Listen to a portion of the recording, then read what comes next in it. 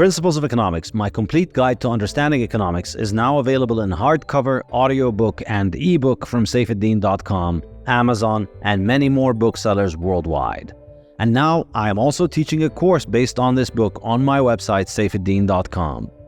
Principles of Economics will run the whole academic year, from September to June, and will have a new lecture every 2 weeks, as well as weekly live online discussion seminars open to learners from all over the world and from all walks of life.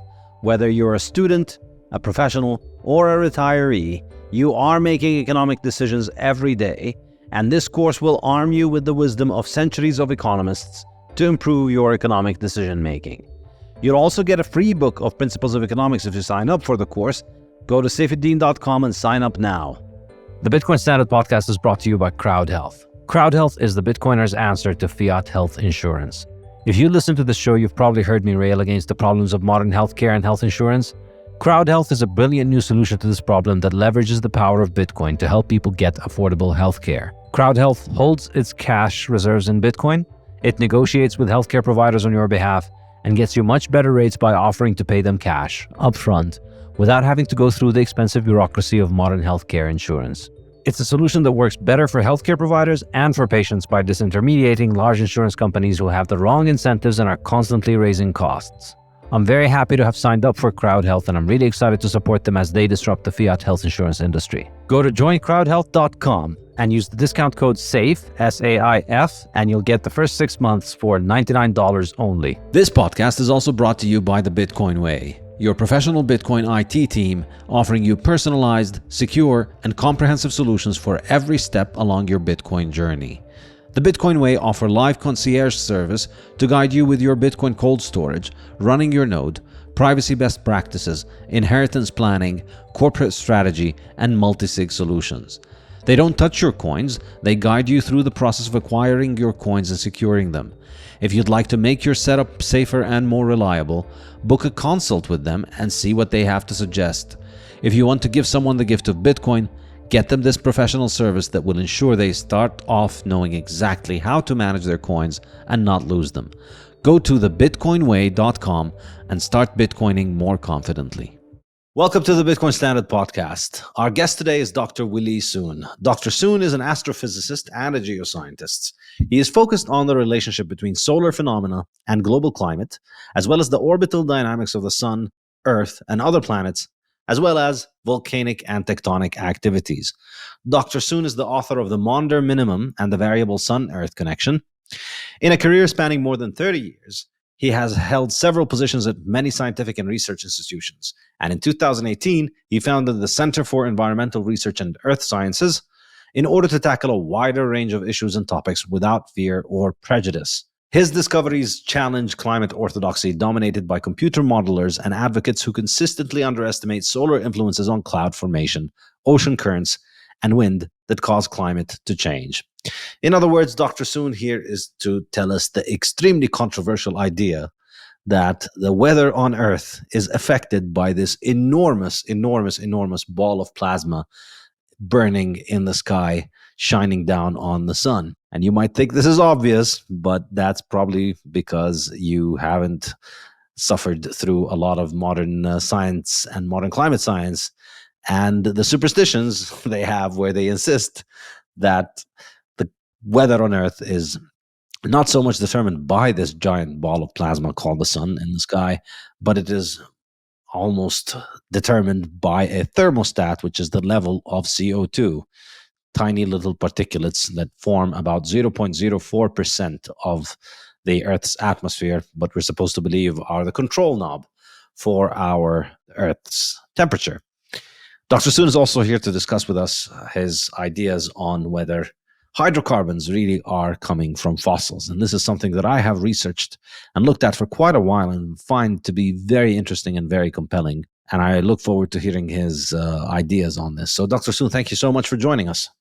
All right. Yeah. Thanks for inviting me on. And let this be somewhat of a conversation, obviously, not to be a monologue. I know you are a man of integrity and full of opinion. I've watched a few of your podcasts, especially with two of my senior mentors, Dick Lindzen and Will Harper. So it's highly impressive that, I get invited to myself. So, but I am a hardworking scientist. I've been on this topic for a very long time. And yes, it is the big Bob, I would say. All the weather and climate is driven by Bob, B-O-B, that big orange ball out there. And it's a really, you need to go a bit further back in the history of how the evolution of this topic has become so politicized and weaponized. And I'm sure you discussed plenty of this sort of evidence, but it is very confused because who am I? Just a little scientist. Why am I constantly against, United Nations Intergovernmental Panel on Climate Change, IPCC, the National Academy of Science, all these other distinguished colleagues with, and scientists with so many accolades and medals under their I guess their profile. And it's very puzzling. And it is politicized. This is why it's very puzzling. And there are many, many basic questions in science that is worthy of answering, and they're not being answered. I mean, no one is even pursuing that path. I still remember during my postdoctoral year in 2001, I managed to write a review article criticizing the current generation of climate model. And then I stood up there, and then of course the former IPCC chairman, Sir John Houghton, was at that meeting in Tenerife, Spain. And I spoke about how, giving an example of which component of the climate model, like how the atmosphere are being parameterized, the oceans, how they're all not doing the right jobs. And then the cloud is, of course, one of the hardest problems. And then Sir John Houghton was actually quietly asking me after I come off from stage. He asked me, why are you telling people all this? I say, sir, this is a problem that even as a scientist that's been only studying this stuff, by that time was about 10 years, I noticed that, many of the questions that was asked in the 60s and 70s by many of the weather pioneers, has not been resolved. In fact, it get worse. So this is why, as a scientist, I'm obligated to say that. Imagine IPCC chairman tell you that you're not supposed to criticize climate model for being inadequate, for, I don't know, handling things that they want to call climate, where they don't have any formal definition of what a climate is. Going from weather to climate, it is a complete open question. You can ask Dick Glinson himself, what is the climate? Is it 30 years average of the weather? Hell no. I would immediately say no. Of course, when you teach students pedagogical approach, you have to kind of simplify things, but you have to always keep in mind that there is no formal definition of how this weather statistics, basically from, hourly to, by night, to, diurnal to, all the time scale, days and months and years and all that to decades, or even century. The perspective that knowing climate by actually having information like 100 and 150 years is just totally inadequate. We just don't understand how climate varies and actually how large and how small they could vary, isn't it? This is why I actually have been spending 30 some years of time on this. I can tell you that we make a lot of progress. So basically, we should really focus on the progress that I've made, of course. I think that will make it more interesting. One of the things starting point, which actually I kind of have to not follow chronology because, as a scientist, you just go there. You just follow your instinct, try to explore this and that. Which question is more interesting and which one has the highest probability of being answered? So one of the oldest questions that everybody should ask with is the Sun-Earth orbital condition. You would think that problem is completely solved, right? I can assure you that it has not been solved because the last accurate solution that was provided that everybody used, until let's say 2017, where we produced our major paper, that basically just calculate how the Earth orbit goes around the sun. But the problem now, without any what you call simplified approximation, that last solution that was produced in 1978 was by Professor Ander Berger of Louvain in Belgium. But it treated Earth and Moon is a very unique system. We are called the binary system. They treated them as center of body of mass. So essentially, you don't capture the dynamics of the moon. Okay. Then never mind that you want to talk about time scale that is actually, year, interannual, year to year, decade to decades, even 50 years to 50 years, 100 years to 100 years, centennial, millennial. Because when they approximate the perturbation solution that they do, is only good up to every 1,000 years or every 2,000 years. So it's a long-term approximation.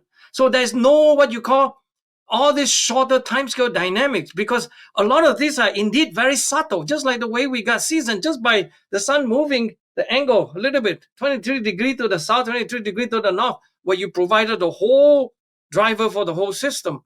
This is why you need to capture all of this. So my first question is that, have we got the orbital condition correctly? I can tell you that before 2017, before I hook up with my good friend from Argentina, his name is Professor Gustavo Cionzo, we actually provide the first answer to this. So I'm very happy that no one was, they were so arrogant, by the way. So lucky that I can scoop this one out. So I have that, at least if you look in the literature, no one has done it, we've done it. So, okay, goodbye. I done it first.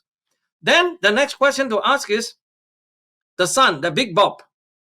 How much does it vary? How does it vary in the first place, right? We know that the sun is a magnetized body. It's enormously complex in terms of, if you're really trying to describe it in terms of fluids and plasma, right? I mean, you know that the kind of equations you need is pretty much very sophisticated type. You need the Maxwell equation, and then you need the famous Navier-Stokes equation.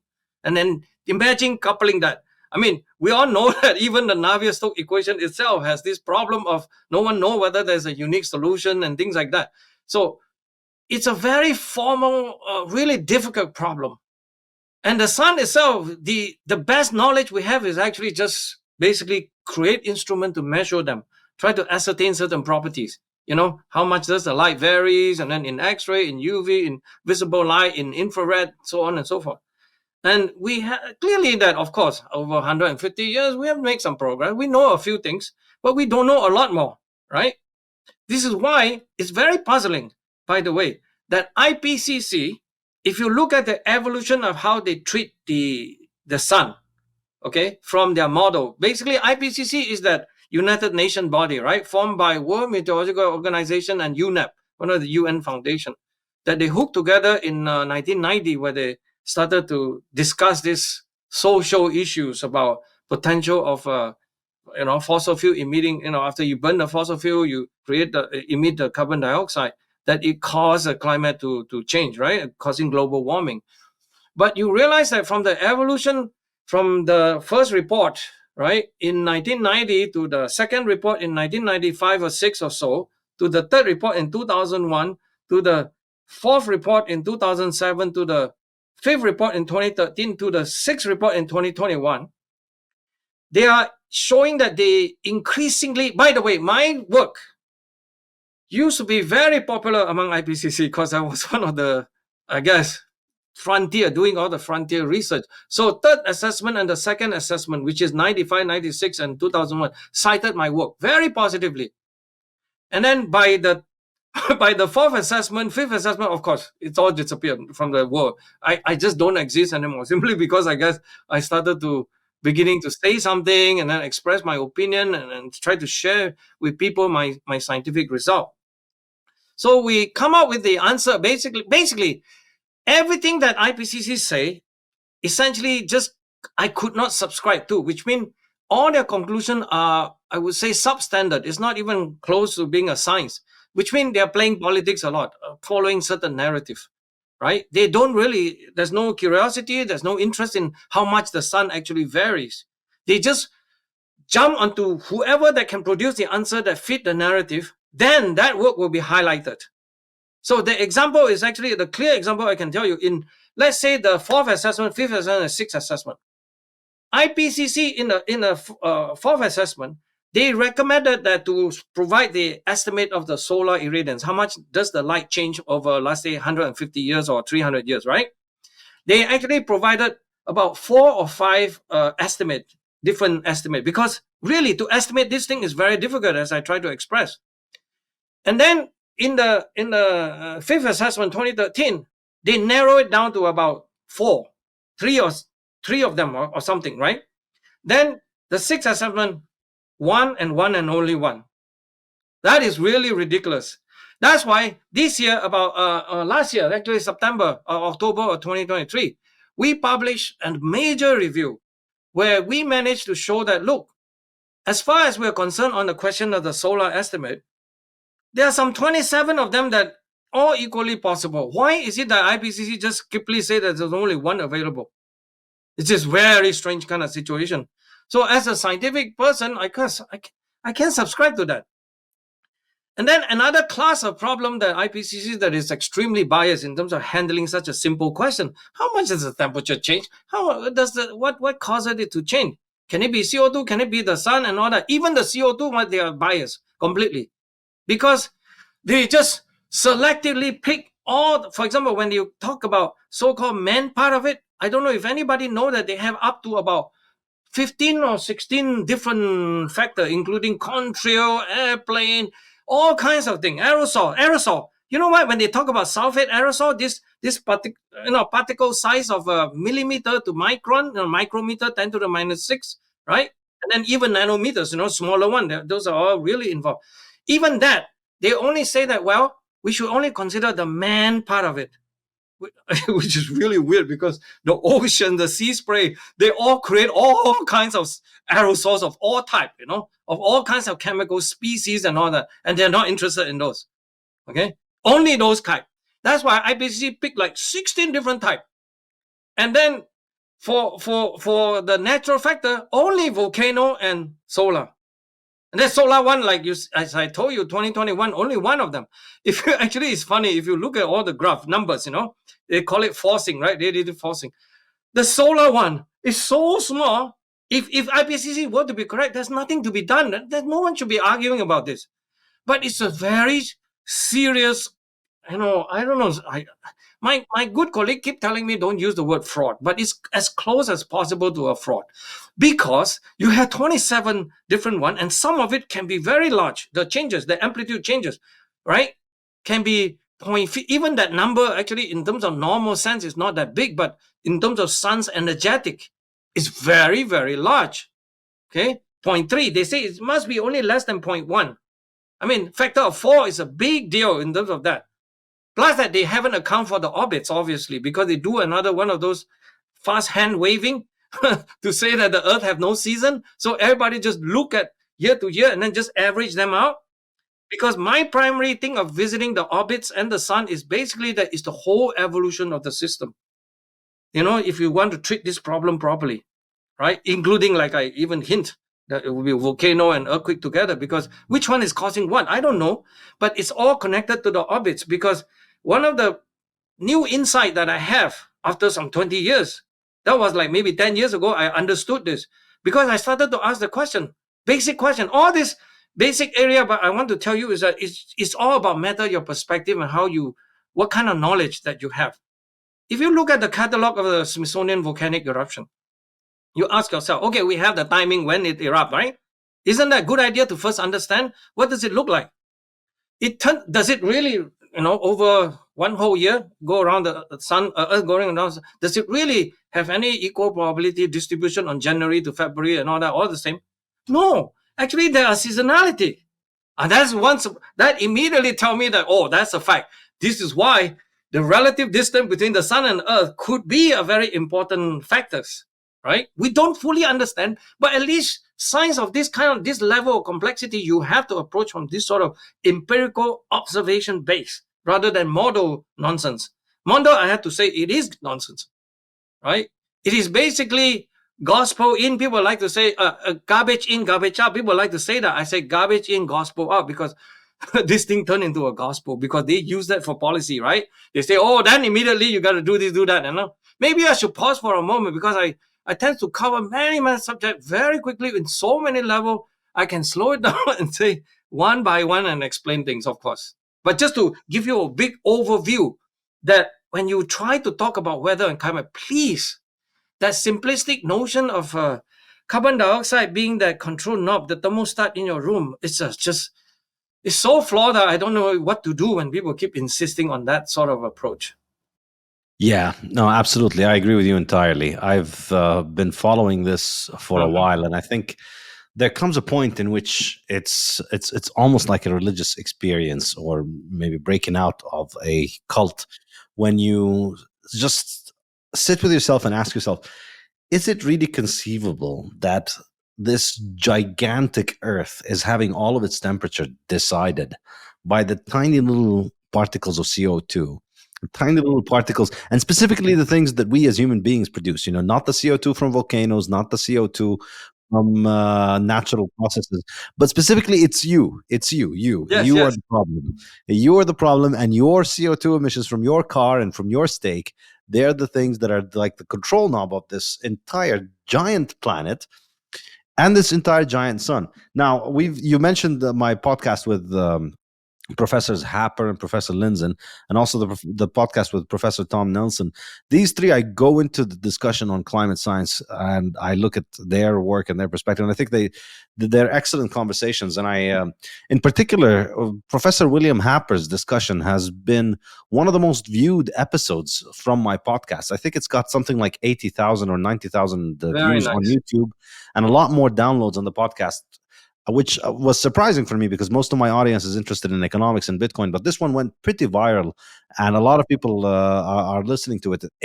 I think it's really eye opening because it's very refreshing to just hear this idea where you're not coming at it from this set conclusion. As you Right. mentioned, this is how the IPCC process works, where people come at it with, here's the conclusion, and here's a bunch of numbers that justify the conclusion. And if you come up with any conclusion other than that one, well, then you're just not going to be part of the conversation. I think this is how it works.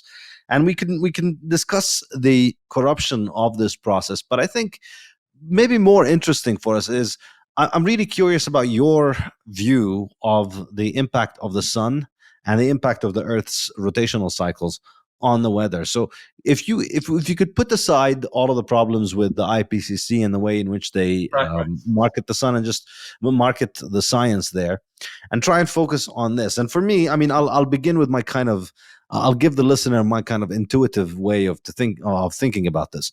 The temperature between in one day, in one city, in one location, temperature can vary up to 30, maybe 40 degrees Celsius in a day, just between day and night. And the main difference between day and night is the sunshine.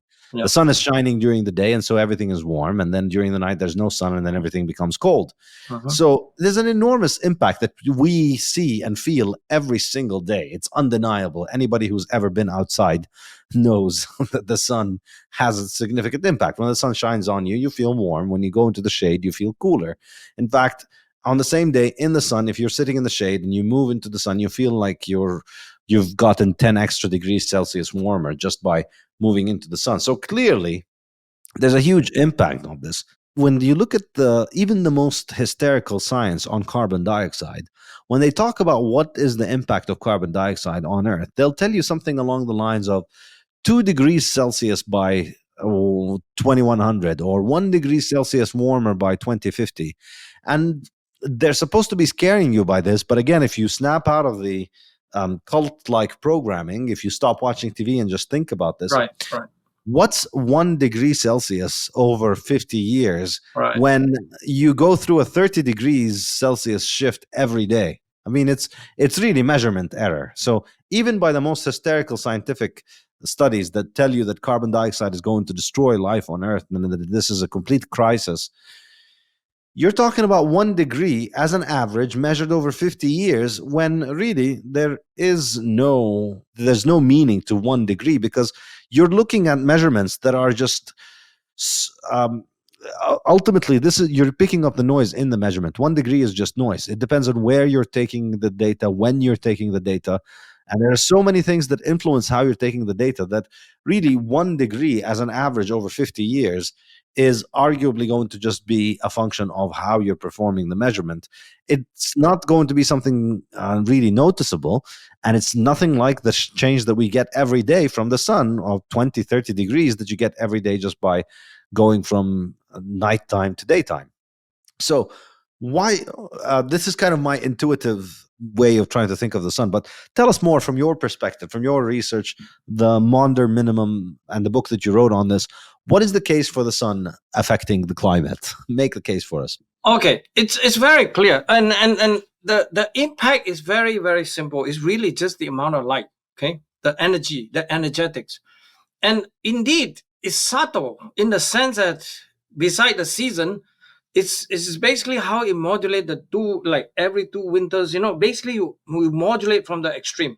The summers and the winter, they know to some, and those amount of changes from, let's say, monominimum to now, we estimate the energetic is of even few watt per minute. That's more than sufficient to provide all the energy. And the mechanism in which it does this is very simple. You evaporate more of the ocean, water vapor came out. So that's one of the number one primary greenhouse effect, that you added the additional. So in the sense that always they try to frame it that, oh, there's not enough energy from the sun change, the tiny changes. That's completely ridiculous, because they ignore the season. And then another method that we show, of course, all of these are all been published. Of course, all my work is all been published. When I say those things, I don't just randomly wave my hand. That's part of the essence of being a scientist, right? You write it out and explain it. If anybody want to criticize that, okay, criticize. Show me I'm wrong, so I quit. I just say, no, that's wrong, okay? But anyway, another method is actually how the sun distributes, or the sun modulate the equator to pole temperature gradient. In fact, that is one of the key index that promoted by Dick Lindzen for long, to explain even longer time scale, like geology plus, all these other every few thousand year kind of time scale, the Holocene changes over the last 10,000 years, things like that. Is very prominent, very large amplitude, every 1,000 years, every 2,000 year type of oscillation in the climate system. And those are all well observed in a lot of this paleo archive, the paleoclimatic archive. That from ocean sediment to everywhere, that you actually have this kind of information. So the sun does that by indeed modulating the internal system, right? How the ocean current can move, basically. And then, of course, main energy all deposited near the equator, right? And then it is actually the equator to pole that actually show. I show in one particular paper that I wrote, that I tried to explain why does climate vary every 60 years or so. What it does is essentially, if you want the detail, is basically it modulates the equator to pole temperature gradient, including the moisture. So it actually was able to modulate the Arctic. So all the thing kind of top down, coming from the Arctic, where you kind of tap into the, the North Atlantic situation with the thermohaline circulation, the large scale circulation, that you can actually do this. And then you can even have effects all the way back from the Atlantic feedback into the El Nino system, because El Nino system is not only every 2 to 8 years. You can show that there are multi-decadal and decadal modulation of the El Nino system, the ENSO. So a lot of these are explained like that. Indeed, it's all just by tiny changes of the sunlight. From the estimate of the sun perspective, I have not only come from the point of view of watching the sun, because also no funding agency will let you 400 years of funding to study this. So myself and a group, when I was working at the Harvard Smithsonian Center for Astrophysics, I was there for 32 years, so I quit 2022. We were the pioneer in terms of instead of observing the sun, we observe other sun-like stars in astronomy. There are at least 200 million of this habitable kind of sun-like system in the Milky Way itself. So we are basically watching all these other sun-like stars over time, collecting all the data. Over 40 years, you're beginning to have a lot of statistics, and then you're beginning to see how does it behave. Does it similar to the sun or different from the sun? We indeed found that from this sort of pool or large sample of star, watching over 30, 40 years, we show that, all the behavior that we know from sunspot alone, the sunspot data that started from Galileo Galilei in 1610 or so, basically is nothing or extraordinary. It's just we see that all the time. We see the sun going into the monominimum, the sun, other star going out of the monominimum. So it's very up and down, which is the one that require only to be changing on the order of 0.4% of the irradiance light output. 0.4% is really not large, but it is constrained from physics. That observation of the star shows that this is very, very reasonable estimates. Okay, and the problem in this topic is actually that the theoretical development of this topic is not sufficiently sophisticated or good enough to give you number. That's why my approach on this topic has always been observation first. Through observation, you try to put a constraint back and then see whether it works. And then, of course, model will, like Lindzen would like to say, model has its own use, not the kind of abuse that running endless projection, like all this random drawing or forcing, making the system so crazy. It's just not possible. Plus, I always remember, even in their best version of climate model, some of them don't conserve mass. So it's a problem. This climate model problem is huge, by the way. So it cannot be used for a lot of this purpose that they claim they are using it for. Okay? You cannot even check the sea level using a climate model that don't conserve mass, because that's a problem. Because when you melt the water from the ice sheets to pour to the ocean, you already have a problem. What happened? How do you account for this? So there's a lot of problem. But I'm just saying that the model has never been able to do any such thing that they say that they can do. This is why there's a huge gap of communication. And also, of course, you have to remember, a lot of those activists and people like from IPCC and all the, what you call pseudo, they are not scientists, but they are spokesperson. They are willing to cross a lot of the, what you call an ethical line, in the sense that they're willing to lie. And then some of us scientists who endlessly want to talk about details and then not willing to lie, even bend even one bit. Obviously, we look like we're wishy-washy, people shouldn't be listening to us and all that. But if you care for the truth, you really need to know a bit of the detail. That's why I apologize to your audience a bit today for me to kind of say so many words, so many things. But indeed, it is a hard work of careful step of accumulating this knowledge. So yes, the sun causes because of all these other factors that we've been studying all these years that I've been doing. Okay? And then, of course, now we finally, I wouldn't say we solve all the problem. By the way, there's another class of problem that I must convey to your audience, because it is a breakthrough in terms of my own work, because I spent 30 years to try to get to the stage where we can ask the basic question. Is all this thermometer data stage record that they show you, the global temperature curve that you're so used to, okay, for 150 years or 100 years, are they reliable or accurate? We actually show, we publish now a formal paper documenting all the problem in the thermometer station data, a job that they were supposed to do before they start interpreting. You imagine that you see an observation. If the observation is not reliable or good, then how can you interpret? You cannot even begin to interpret. So they say assign that to CO2. It's just not possible, because the data is wrong. What we show is that all this global temperature record that they show is highly contaminated by urban heat island effect. We actually are able to demonstrate that very convincingly. We published a paper. That's why it took us 2.5 years to get the paper published. I don't mind. It takes that long. Where am I going? I'm going nowhere. I'm here. I just want to do science, enjoy myself a little bit, do my work. That's it. Don't have to go wishy-washy, this and that, whatever. Doesn't matter to me. I try to produce, so we produce this paper. And then, of course, now we are hoping that IPCC maybe will pay attention. Okay. By the way, the nature of, just to, not to say anything, but just to give you an example, that the quality of our work is so high, and I guess the best that you can find, is that the IPCC co-chairman, of Working Group 6, Professor Pan Mao Jai, actually has already known about our work long ago, 5, 6 years, 10 years ago. So he cited all our work in his own papers. But when it comes to the actual IPCC report, not a word. Shh. Don't tell anyone. I mean, this is another example. You understand what I mean, right? I mean, this is what I mean. But I'm glad also that at least some of the good work are being noticed. Our work is very good, actually. If anybody find anything wrong, including your audience, tell me. That's all. If you need to go on it, you go to my webpage, right, to look for all our publication. Yes, it'll be series-sign.com, right? CERES-sign.com. And you can find a lot of information of our work there. We are actively pursuing all areas of science. In fact, I'm very happy that 2022 I get out of Harvard. So now I can pursue every topic that I love to research. I'm one of those, good old days. Oh, you saying this thing now? Let me check. That kind of stuff. So I'm a very curious person. So I research. So we've done some work on COVID. This year we produced 2 papers, things like that. So it's very interesting for me, as a scientist, that I continue to be able to carry out my work, yes. The syllabus for my new online economics course, Principles of Economics, is now available on Saifedean.com.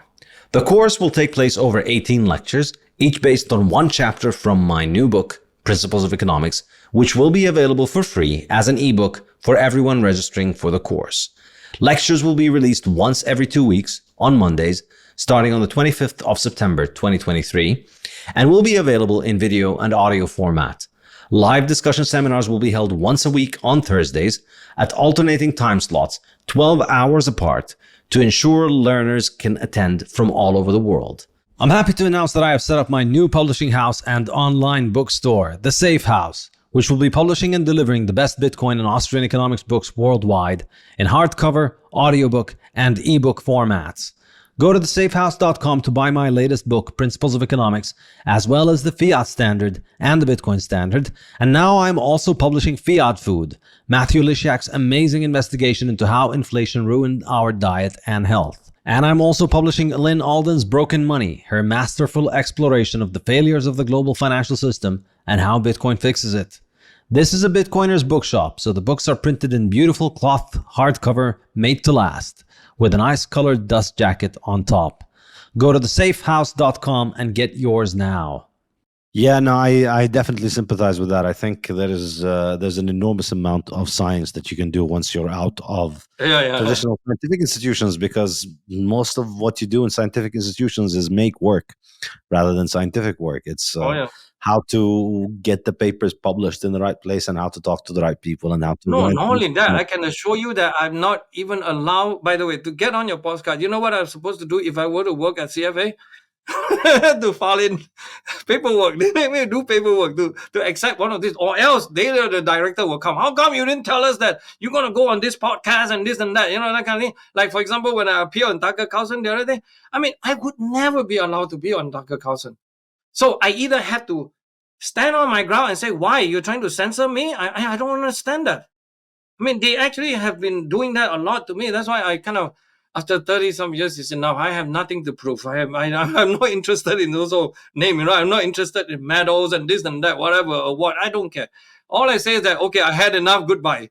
And mainly because they also kind of want to do that COVID injection on me. I don't want it. So I don't want to have that. Goodbye. Yeah, no, I live as a free person. No, I totally understand. On the urban heat effect, I'll just add a little bit of context for listeners who are not familiar. This is something that I've always suspected. I studied climate at the graduate school. I did my PhD in a topic related to this. And I remember that, this was something that was covered, that there was an urban heat effect. Any city, if you measure the temperature in a city and then you measure the temperature surrounding the city is always warmer, which makes sense. Cities contain a lot of machines, a lot of cars, a lot of engines, and a lot of concentration of people next to each other. And concrete, they have concrete heat absorption. And concrete, of course, the concrete absorbs heat a lot more than natural soil does, and so cities are hotter. And so when you're looking at temperatures, at records of temperatures that are 100 or 200 years ago, 200 years long, whatever city you're looking at, it's a lot more urban today than it was 100 years ago. So the temperatures data that we have for New York from 100 years are from a much smaller city than today's New York. So clearly there's a lot less urban heat island effect. And that's true for New York, and it's true for every city in the world. Today, it's almost... I can't think of any city that wouldn't be bigger today than what it was 100 years ago. So clearly there's going to be some bias in the data that leads to this data showing up warming. And of course, most data is close to cities because that's where people had thermometers. 100 years ago, people weren't putting thermometers out in the middle of the ocean, and they weren't putting thermometers out in the middle of empty fields as much as they do now because they weren't hysterical about the weather. They were a little less... superstitious, and they were a little bit more scientific about it. They did not think that they could be ruining the weather, and so they weren't freaking out enough to go and put thermometers everywhere as we do right now. But so the reliable data that we have is mostly for urban areas. That's where we had the thermometers 100 years ago and 50 years ago, and that's going to naturally show an increase in the temperature. And yeah, you've done great work to illustrate this and to show how it's not only that, there's another aspect of the problem that is rather nasty, and I'm sorry to force the audience again, but the detail is so crucial, because if you don't understand that, you will be shaking your head every day when you see a headline, the warmest in 125,000 years, this and that. You'll be so confused. But be assured, the reason why I stand here very clearly saying is that a lot of this product that when they show you the thermometer, especially from the NOAA, National Oceanic Atmospheric Administration, NOAA, our U.S. government agency, Department of Commerce, they are the center for collecting all the data from World Meteorological Organization also. So for worldwide, actually, we collected all the data plus our own US. The problem is that every time they come in, all the data come in, from past record, adding new data. What they do is that they run a computer program. That is the part that we finally show in 2022 how bad those computer algorithm is, which means you are seeing things that they are being adjusted up and down with no factual, documentation or actually happen. It's so crazy to the point where I think people don't believe us. They thought we're lying. But we published one more paper with a lot of those for example, our first paper was published with a lot of those European meteorological agency. Some of them are very pro IPCC, but in terms of thermometer data, they are willing to give us information. Like, for example, in a given station, let's say Vienna or some other places, right?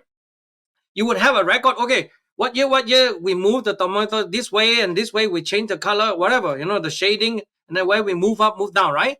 So they give us those called history data, the meta history data. They give us that.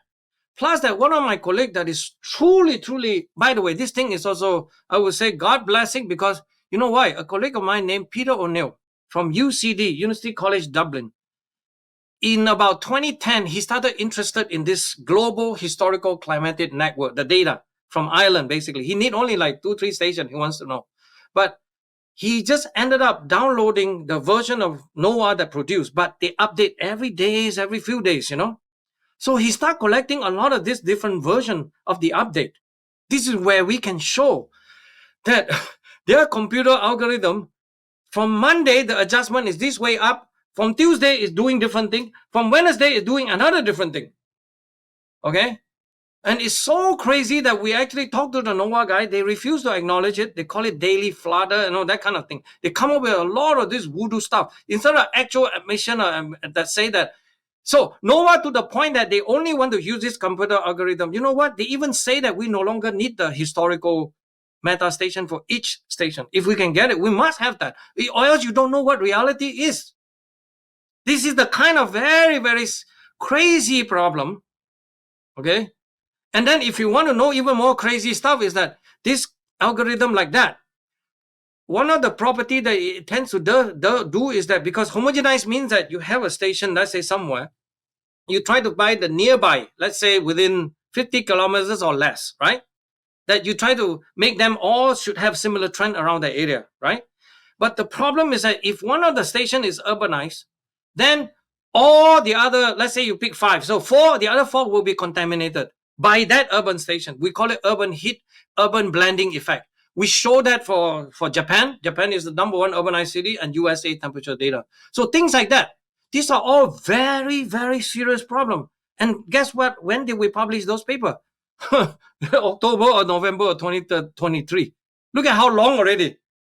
And by the way, because I'm so independent scientist, we have no funding. So this is how it takes also a long time. For me, we just have to go by our sheer brain power and then limited computer, everything, right? To get to that stage and publish paper that makes sense, And now the ball game is up to them, but we have plenty more to do, obviously, to try to think about, how should we think about climate? For example, there is a thing called climate. Urban climate is urban climate. But they're very different from the rural climate. Just the same, like if you think of even the election map, the urban city will vote for something, the D, and then the rural will vote for the R, you know what I'm saying? Hint. But it's a very interesting phenomenon. We can show you many, many things that we have done like that. But just to show you now, we're living in a world that is actually quite kind of dangerous, where a lot of the data interpretation become very, very unclear. And then people just mixing it up. Trying to follow whatever the narrative and dictated by somebody high up there. I don't know who that is, but it's all crazy meme and not about facts, not about truth, not about evidence, not about science. Never mind, all the proper scientific approach is all been thrown into the garbage can, basically. Yeah, no, I agree entirely. Really, I tell you guys already got headache, right? So many problems. There are even more. Don't talk about ocean, please. The ocean parameterization is a serious problem. I mean, just the way they treat salt and, all these things. Oh, my God. I dig into all of those. And I found them to be all problematic. This is why it's so crazy. I tell you, there's not a day that I have nothing to do. I just every day I'm doing some of this kind of stuff just to find out more, just to feel a bit more at peace. What do I know about these things? It's just terrible. The state of the science on climate is terrible. It's not good, actually. Yeah, I think anybody who's honest, who examines this, realizes there's really nothing scientific about the methodology. These models are essentially sock puppetry. I mean, it's these people. It's really like sock puppetry. You put a sock on your hand, and Yep. then you move the sock, and you say, that, "Look, the sock says this," and Mhm. there's no reason to presume that the sock is in any way authoritative Yeah. any more than a model, because a computer model will say anything that you want. I mean, you can make the assumptions that you want, and you can make it say whatever you want. And that's not the scientific method. The scientific method is not about making models, but we see this. All of these pseudosciences that are running wild in the world today, they're all based on models. Macroeconomics is a bunch of models. Climatology is a bunch of models. Epidemiology is a bunch of models. And it allows people in power to just do whatever they want, because they can make the models say whatever they want, and then their media will regurgitate and say, "Oh, look, we have to flatten the curve because the model says we're going to Yep. get 700 million people are going to die next weekend. 1 out of 7 people on earth are going to die because of this," and some crazy stuff. And now you have to listen to what we say, or else everybody will die. And same thing with the weather, same thing with economics, same thing with all of those things. There's really nothing scientific about it. My theory, my explanation for why this is the case, and the reason that I am constantly banging on this issue and other issues, people sometimes are just puzzled. Like, this guy talking about Bitcoin, why is he talking about climate? Why is he Right. talking Right. about economics? Why It's is he talking about interrelated a bit. Yeah. technology? It is very interrelated, and I think understanding money, in particular Bitcoin and fiat money, and the difference between the two, is key towards understanding why this is the issue. And from my perspective, which I discuss in the Fiat Standard, the the problem is that we live in a world in which money is constantly being debased. Money is constantly losing its value, and so things are becoming more and more expensive. And this creates a problem, and it creates a solution. The problem is that people are upset because the things that they want, the things they're used to, are becoming less and less affordable because prices are going up, and they're not happy about it. But it also creates an avenue for a solution, because on the other side, that wealth is going somewhere. You're getting poorer, not just because the world is built in a way to get you poorer. You're getting poorer because somebody's destroying the value of your money, and they're taking it, and that someone is the government. So you're getting poorer, but the government has extra money on its hands, and the government is very good at lying and doing propaganda. And so the governments are naturally interested in promoting these ideas that help A, explain inflation, and B, help you get over inflation and hide inflation and think that it's not caused by money printing. It's not caused by them stealing from you. It's caused by the weather, or it's caused by climate, or caused by all kinds of weird things. So for me, scientists make mistake all the time. Scientists can be wrong all the time. Scientists can come up with stupid conclusions all the time. What happens in a free society with a hard form of money, in which the government doesn't get to rob everybody through inflation, is that there is the corrective mechanism of the free market. In other words, if Harvard goes and publishes crazy pseudoscience in, say, nutrition or climate, and it graduates thousands of people who believe insane things about nutrition, well, those people go out to the world and work as nutritionists, and then they get all of their customers sick because they feed them bad food, and then those people go bankrupt. The customers die, the dietitians go bankrupt, and then the Harvard Nutrition School doesn't do well because people don't want to go to their nutritionists. There's an open market, and people realize it. And then another university doesn't fall into that mistake, will thrive because their nutritionists are not killing people. So you have that kind of free marketplace of idea, and you'd have the same thing with climate and with all kinds of scientific issues. But you don't have that when the money is hijacked, because when the money is hijacked, Oh yeah.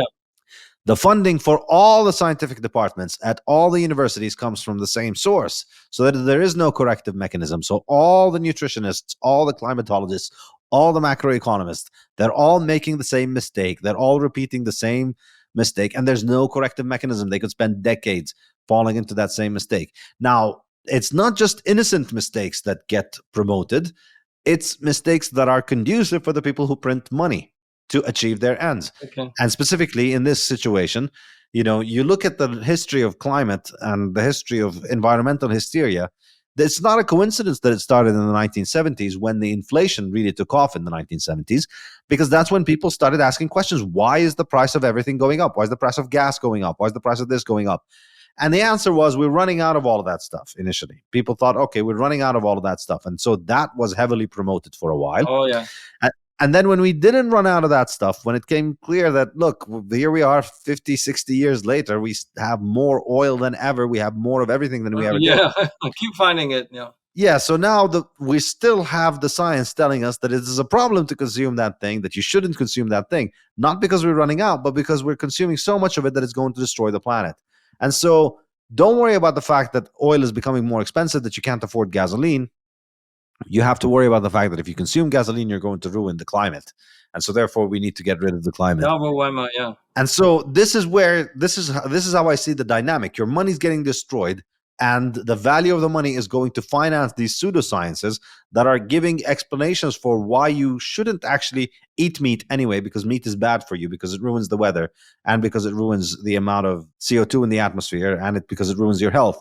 And you shouldn't consume oil anyway. You should go back to 5th century windmill technology, because that's going to be how we run our modern societies. And I think that's my explanation for how this pseudoscience and this very blatantly wrong methods of doing science continue to survive. Do you have any thoughts on that? Pretty much agree with everything you say. It's a very troublesome state that we're in now. I mean, humanity seems to be not head towards what you call the enhanced proliferation of even more humanities, but it's just anti-human all the time. And we're not supposed to, and all based on lies. Actually, a lot of these things about lies, right? You can say that even the notion of fossil fuel is going to run out is one of those also that, it's very unsettled question, right? And then one industry versus another, and then this is why ultimately, I think you probably have heard of this economist by the name of Julian Simon. I mean, Julian Simon has a really brilliant insight and ideas, about how humanities, we're not limited by all these material things. It's actually our human mind and creativity, innovation, basically. Those are the true recipe of freedom, actually, for something to it's almost unlimited, actually, in terms of space, any material things, that we really have plenty of it around. It's just the concentration is low, so the cost will be high, this and that, right? I mean, so yeah, indeed, I see that I don't know, actually, a lot of this, of course, I'm not too familiar since I'm not historian or economist. I can see that all these things is not just randomly and coarsely just come into being like this. I really think that it's been a very systematic thing. If you look back into history, historian and knowledgeable like person like yourself would already figure out that there is some vector and some kind of propagator that do this sort of thing and then try to push things into one direction, one way or another, right? I mean, it's terrible to see that essentially that, I guess, generation after generation, despite we can build the greatest cathedrals and all this stuff, that multi-generational kind of stuff, that you have all this kind of a really even more evil stuff underneath all of this, trying to push humanity towards killing ourselves or something, be replaced by robots and things like that. It's just terrible waste of humanity, in my view. Yeah, absolutely.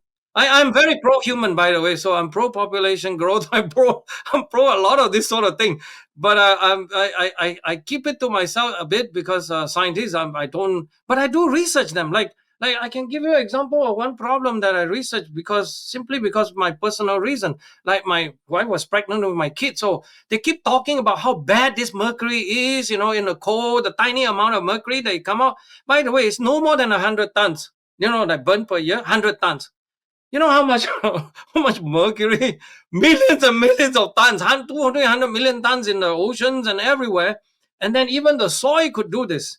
And then the idea is that they want to limit coal. They want to kill. By the way, coal essentially got killed by that sort of thing. And coal, I can tell you, what do you want it? Flintstone, they know this coal. I mean, they're going to hit on your head, but you're supposed to use it to burn and generate electricity. It's a good thing. If there's any amount of bad pollution, we'll try to control it. And then, spend some money doing that. That's fine.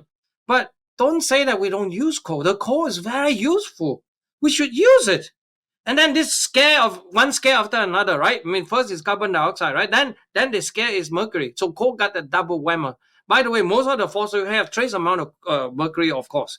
But this mercury could never, ever harm it, by the way. I concluded that conclusively in the sense that biochemically, it's just not possible. It's always binded to something else, like selenium immediately. The strongest binding is that.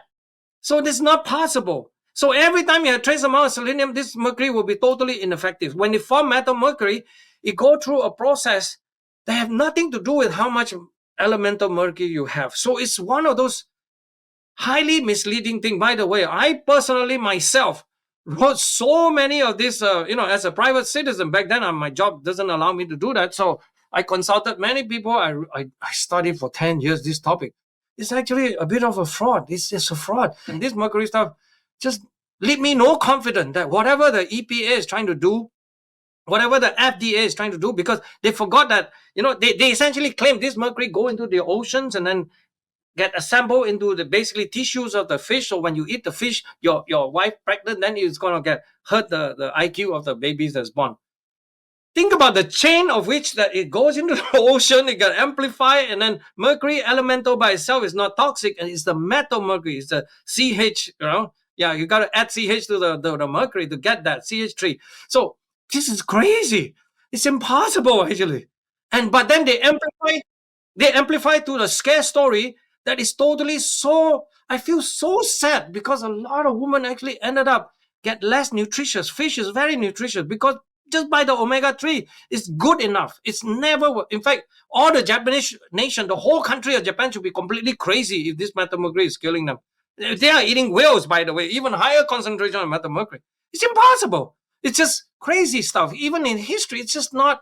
But then they were able to package thing and make it look like that. And if the issue is so urgent, look at that, it disappeared already from the from the agenda. You will come back. Shh, don't tell them. Yeah. No, and it's very fascinating, of course, that there's so much hysteria about tiny particles of mercury in coal going into the fish that you eat, and there's a lot higher concentration in the injections that they give to pregnant women and to newborn children. Yeah, that's atto mercury. That's from the preservative of the Mm-hmm. And we're supposed to believe that that's not a problem when it goes through. Right, exactly. But the fish is a problem. But that's a story for another day. I wanted to go back to your discussion of Julian Simon. I'm a big fan of Julian Simon. In my book, Principles of Economics, I discuss his work. Very good. Can you see the screen that I'm sharing now at this point? Okay, no. Okay.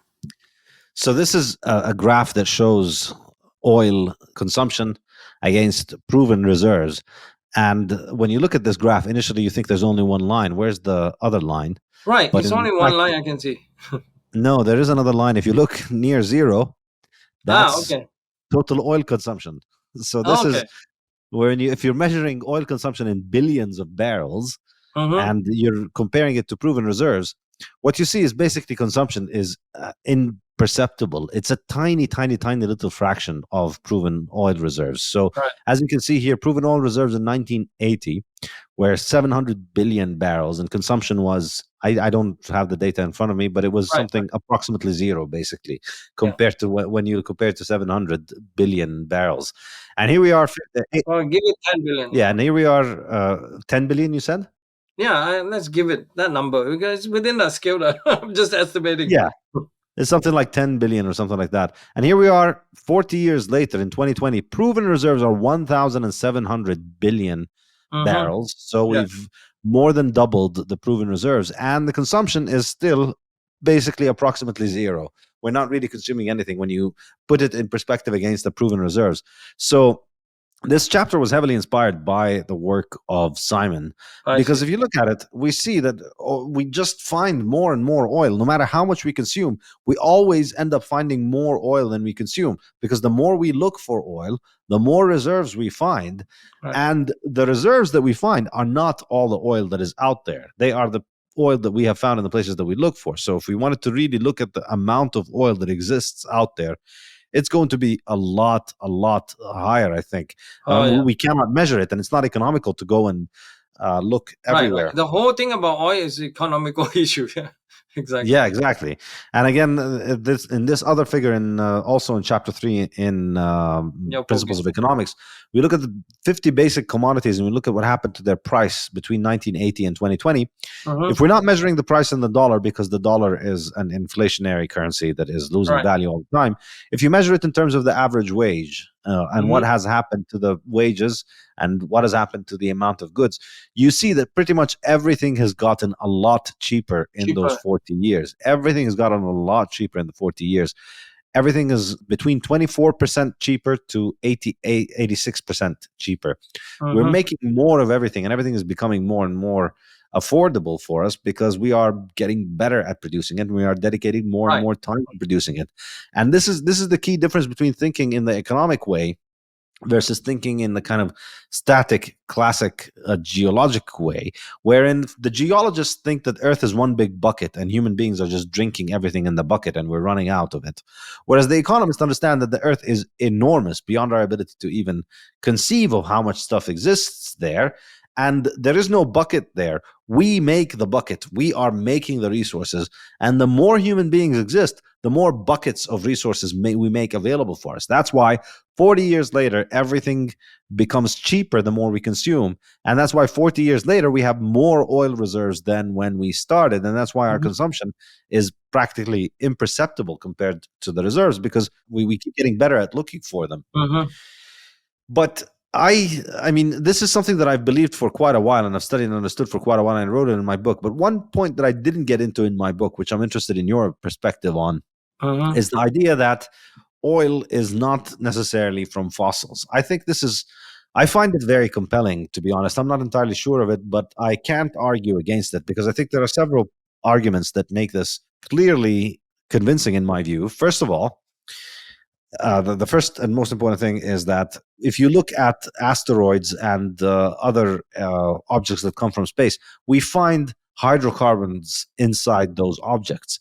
And I don't think there were dinosaurs on those meteors and on these asteroids. Secondly, I remember seeing this in the south of Turkey. There's a place where there is natural fire coming out of Earth because there's gas reserves there. And this fire has been raging for thousands of years. People have written about it for thousands of years. It's mentioned, I think, even in the Bible. And this has just been a fire that's been going on over there. And that's a lot of dinosaurs. If that's dead dinosaurs and dead trees, that's a lot of dinosaurs and trees to be burning there for thousands and thousands and thousands of years nonstop. And coming out of it. And we already know that the center of Earth is very hot. We already know that there is a lot of boiling energy in the center of Earth. So why is it? I think here's the thing. I think the natural assumption should be that these hydrocarbons are naturally occurring in Earth. And I think the onus of proof is on somebody to come and say, no, they don't naturally occur. They only occur when living organisms die and disintegrate, and then we get fossil fuels from them. I think that's a stretch, because why is it that these things can only happen from living form? Why is it that we can only get oil out of living things? Why can't oil just manifest on Earth like all these many other things that manifest on Earth, and like it manifests on bodies outside of Earth? First and foremost is the no, I think this is a very, very interesting question. I actually can tell you that I am not focusing on this too much, but I'm also a quick learner and fast reader, which means I've been checking this out because Tucker Carlson was very interested in that question. So I just tried to persuade him not to go too far in that, but I explain in a minute why. But if you subscribe to the framework of thinking of Julian Simon, then I think it's useful to talk about this. Because what we know is this. By now, we know this.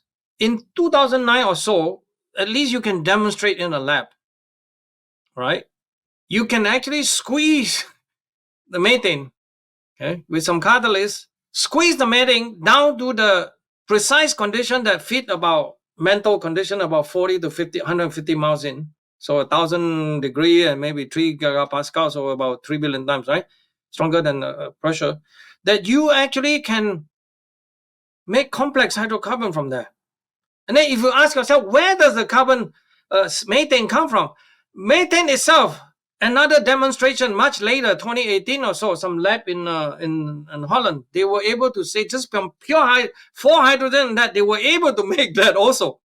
Everything can be made synthetically from the purest of the purest. So it demonstrates beyond doubt. And then you know about Titan, right? The moon, Titan, the fastest moon in Saturn, where they found liquid, essentially hydrocarbon, ethane, that form, right? And then ethane and methane, those things down there, huge. Again, there is no requirement of any biological system to do this. Just pure chemistry. There's no biochemistry. It's chemistry. That's it. That it does that. And there's the Fischer-Tropsch process, which has been around for a very long time. There's also Fischer-Tropsch that already demonstrate. So if you compile all of it, not only that, in astronomy, it's very common that you see very complex long chain aromatic, cyclic aromatic hydrocarbon. Those type is even longer. Benzene, huge kind of molecules, all made naturally, detected all the signature in interstellar space and things like that. I mean, even sample from Mars. I don't know if you know, they got one of the rocks, 2015. They analyzed it. It has benzene, it has all this other complex thing, propane in it, right? So, first of all, that means that the efficiency and proficiency in which that one can generate such complex hydrocarbon is just universal. It can be done easily, really. And then not only that, we can make it in the lab. Again, it's a matter of how much it costs. But the problem about all this problem really is actually ultimate retrieval. Retrieval to where we are. Because the most important thing to know is that this one, I talk to a lot of those oil experts, people that drill hole, they keep drilling hole, because we can only drill. We wish that we can invent a technology. By the way, whoever can invent that, hear me out. If you invent that, you'll be the richest dude in the whole world. You need to drill in, man, 100 miles in, then you're good. But the most we can do is 8 miles, like basically no more than that, right? 10 miles, that's it, So even if they form that, we have to find out the process in which how this thing go through fissure and fracture and how they get pressure to go up. And then not only that, 40 to 60% of the existing oil field are basically still have a remaining about 50% of the oil is still there. It's just that we can pull it out. That's it. There are plenty of oil. There's a lot of oil actually. They're everywhere. It's just we cannot retrieve it in that sense, in a convenient form. Not only that, talk about methane hydrate too. Huge amount of methane hydrate off the coast of Georgia and all those areas. But that has not been surveyed because there's a actual ban of surveying our own coastal region by whoever created the law there. Don't allow us. That one, I got the information from the chief scientist of ExxonMobil. We haven't had a good map of those areas for almost like 50, 60 years. I mean, ridiculous, actually. A lot of this, what you call backward thinking, it's a bit scary. Even information we don't want to know. I don't know who's hiding what. It's a resource that we should map it out, at least know it. So that one is well known. People know there's a lot, except we don't know how much we cannot. They don't allow us to do radar work and all that. They don't allow. That's the thing in at least our U.S. East Coast. And that's ridiculous.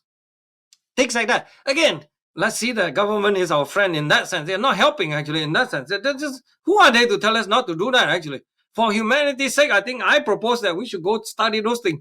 At least you map it out, just to know what's available.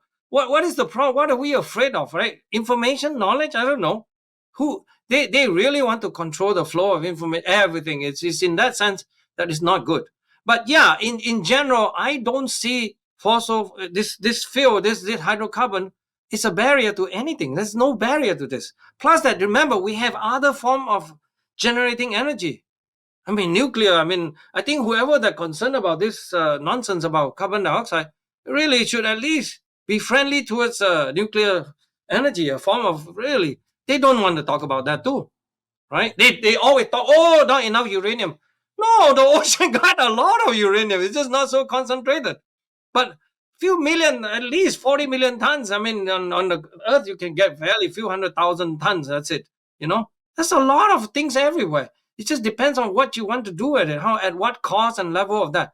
Yeah, the whole thing is about management. I think it's about engineering a bit, right?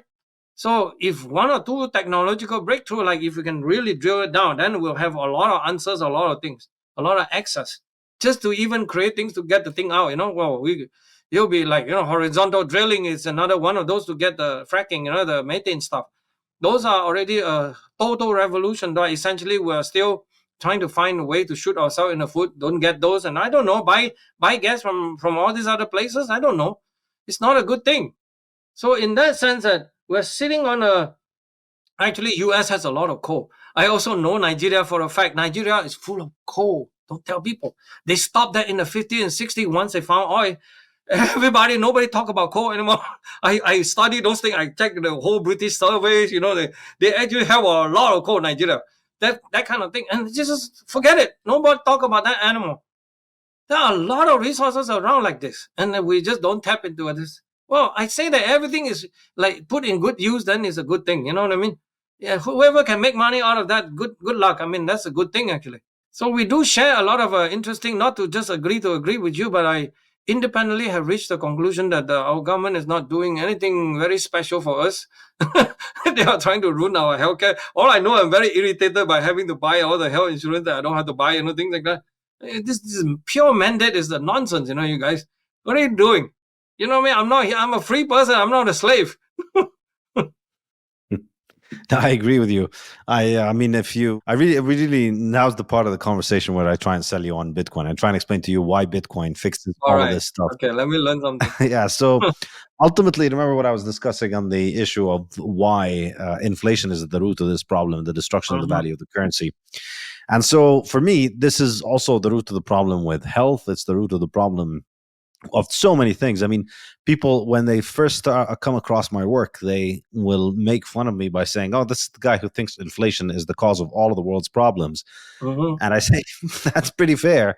And then if you actually try and listen, you'll see how inflation is, if not the cause of all of the world's problem, at least it's making all of the world's serious problems a lot worse, because everything would be a lot better if people's money wasn't made to rob them.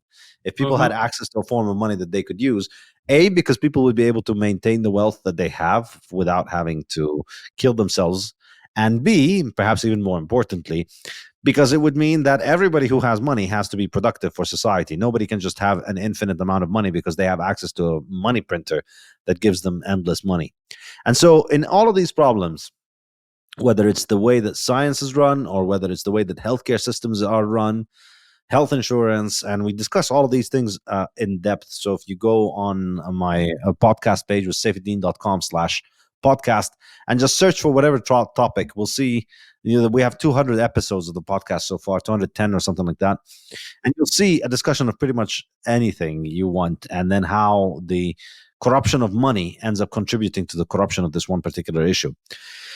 And it's ultimately down to the fact that you create a bureaucracy that has access to infinite amounts of money because it can have access to money from the Federal Reserve, from the government.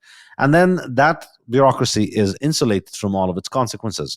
If you open a business, if you open a sandwich shop and your sandwiches are not good, you go out of business. Only good sandwich shops remain because there is no sandwich shop that has access to a money printer that can let it continue to operate, even though it makes poisonous or bad or extremely expensive and unaffordable food for people.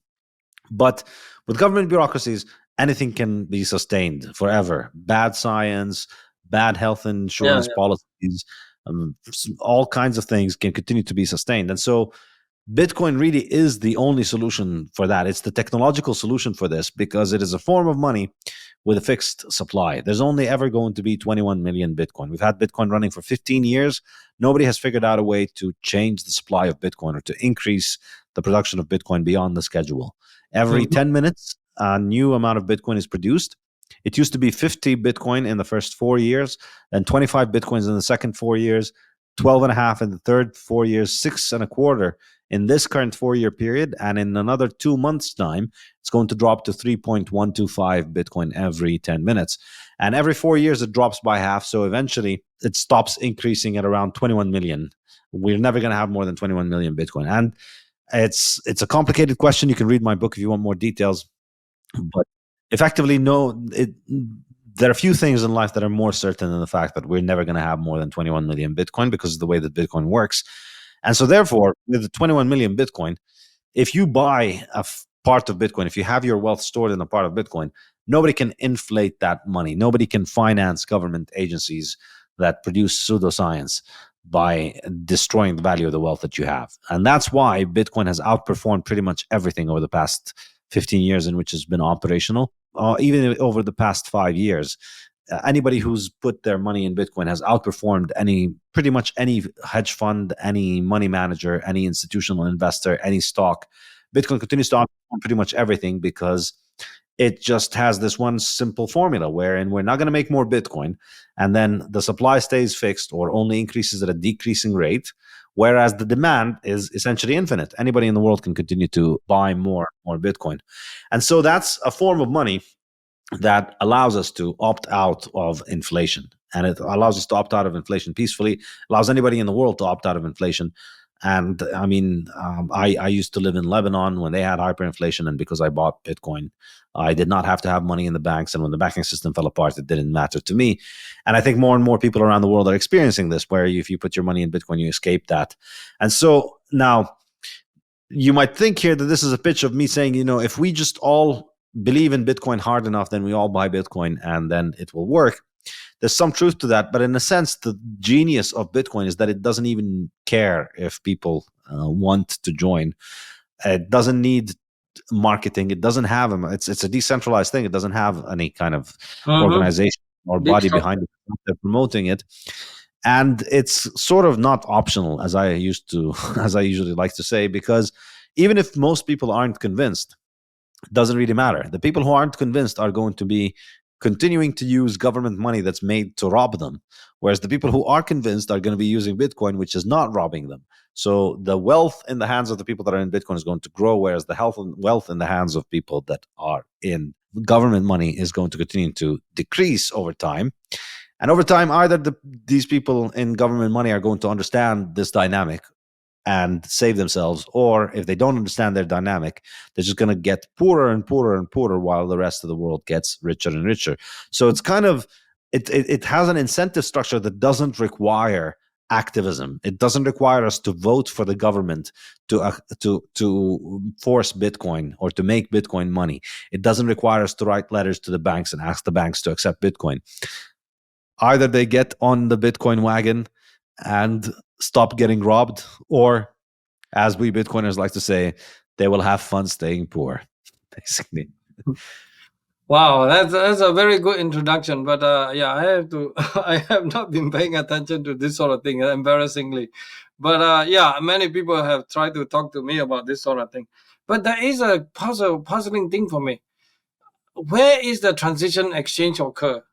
You have to give the real paper money to you to get the Bitcoin, isn't it, right? You have to bring that traditional wealth to go and exchange to this. And where does that money go?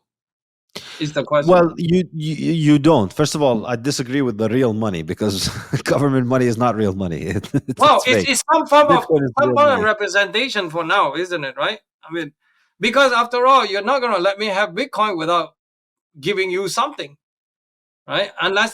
Because let's say somebody to start, I don't have no Bitcoin, right? So yeah, well, you don't have to pay with money. You can sell things for Bitcoin. So a lot of people acquire their Bitcoin by working for it or selling things for it. So you don't have to use government money for it. And initially, the way that Bitcoin started is, it started off, one guy made the system for it, and it's like a video game. It's like a computer game where he made the system for it, and he sent it to a mailing list and told the people on the mailing list, hey, I have this thing and I'm going to start operating it. And when he starts operating it, you start making new blocks, and then with new blocks, new Bitcoins are produced. So anybody can enter the system and mine Bitcoin. And initially, it used to be very simple, that you could start your laptop and start mining, run the software, and you will mine your own Bitcoin. So initially, you could have, with your own Bitcoin, with your own laptop in 2009, you could have been making something like 50 Bitcoin every 10 minutes in early 2009, because there was nobody on the network at that time. So it started off as this kind of very simple game. And then over time, as the production of these coins increased and the number of people who had it increased, people started trading the coins for goods and services, and also for money. And then exchanges developed where you could buy and sell that coin. So if I have Bitcoin, I can sell it for money. I can sell it for food, I can sell it for whatever objects that I want. And similarly, if you have things that somebody who has Bitcoin wants, you can exchange those things for Bitcoin. So it's now another currency. It's like, say, the Canadian dollar, the US dollar. You can exchange them for one another. You can sell goods for Canadian dollars. You can sell goods for American dollar. It's another currency, but it's not a currency that's made to rob you. It's a currency that's made to allow you to continue to keep your wealth. Yeah. It is the stability. But who says the 21 million? Well, the guy who invented it from the very beginning, he laid out No this. one knows who he is, right? The Satoshi guy, right? Yeah, he used a pseudonym. He didn't want his identity to be known, and he's Such a done a clever good job of scheme. hiding No, it. it is a smart scheme, yeah. And Yeah. it's been running for 15 years, you say? Exactly, since January 2009, 15 years now. Wow. Anyway, very interesting. Thanks for this sort of Yeah. thing. I could look up into this. I think in the email that I sent you, I told you that I'd be happy to send you my book. Sorry, So I ignored it. Yeah, I should send you my address. Yeah. I'll read it, but it's very fascinating. Oh, my friend were very early on into this, of course. Then they probably are very rich now. Yeah, I was one of those that never pay attention to this. So very bad. a lot of people got in early, but they bought early, but they sold early as well. So early, just getting in early is not necessarily not the guaranteed answer. that they're rich. But Yeah. it's definitely worth paying attention to, because even ignoring the No, it is. The point is that there are already 2-3 guys want to offer me Bitcoin donation, things like that. So we'll see. Yeah, that's another good way of doing it, because another thing to keep in Well, mind my is that whole entity now is functioned by donation. So yeah, please, exactly, and who knows? I mean, very soon you might be knocked out of your bank, knocked out of your PayPal account. Yes. They might prevent you from having access to payments, and then Bitcoin will be your only way of getting donation. Exactly. Yeah. So it's good to get started on this early. Okay, getting back to the weather and the climate, I wanted to ask, what are your thoughts on orbital cycles and the Earth's weather? And something that I've studied a while ago is what is called the Milankovitch. They're all interrelated. It's all interrelated. It's one of the most popular form of a question is basically, why does the sun magnetic activity varies? It does come in many different timescales. The sunspot one is obvious, right? 11 years or so, right? Then superposed on that, there are many timescale. Okay, and then the standard theory, the favorite theory is that, okay, this is MHD. This is just basically coupling of Maxwell and Navier-Stokes equation to do this, basically, right? But then when you look at the totality of the evidence, I mean, you realize that, it seems to be not possible for the system to just function, from cell coupling and things like that, that it may require certain external kind of thing. There seems to be evidence for that. And that comes from basically larger planet like Jupiter and Saturn, right? Because even the sun Newton realized that long ago, that we are really not the center of the system. We're center of mass is the center of the solar system. The sun itself is also doing that. There's certain inertial motion.